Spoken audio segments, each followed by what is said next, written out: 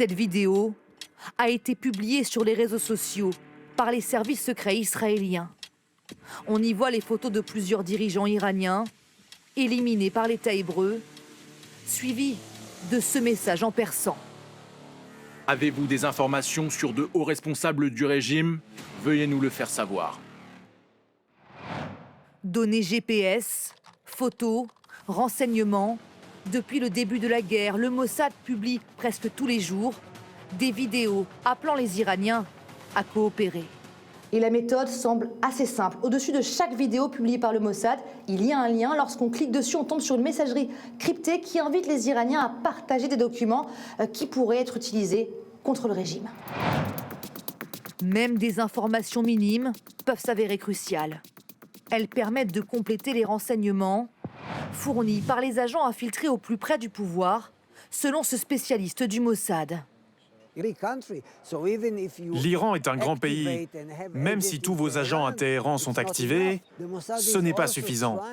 Donc le Mossad essaye aussi d'obtenir en temps réel des renseignements de la part des habitants concernant des cibles ou les déplacements de dirigeants.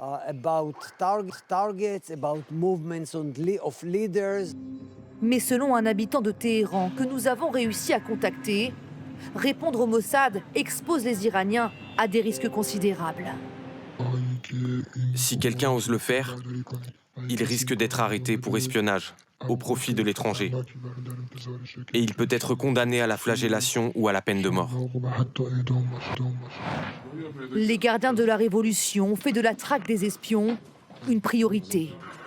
Prends cet ordinateur. Ils diffusent régulièrement des vidéos dans lesquelles des Iraniens sont arrêtés chez eux.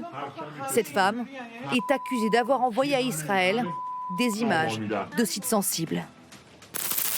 Vous avez filmé? Oui. Vous avez fait une vidéo, c'est ça? Et à qui vous l'avez envoyée? Alors combien d'Iraniens ont collaboré avec l'État hébreu? Impossible de le savoir. Selon cet ancien responsable du Mossad, Israël cherche surtout à semer la paranoïa au sein du régime des mollahs. Les effets sont aussi psychologiques, pour déstabiliser et créer de l'instabilité dans l'autre camp, pour qu'ils soient toujours sur le qui-vive, occupés à filtrer leurs communications. Recruter des espions grâce aux réseaux sociaux. La méthode est aussi employée par l'Iran. L'an dernier, 25 Israéliens ont été inculpés pour des faits d'espionnage au profit de Téhéran.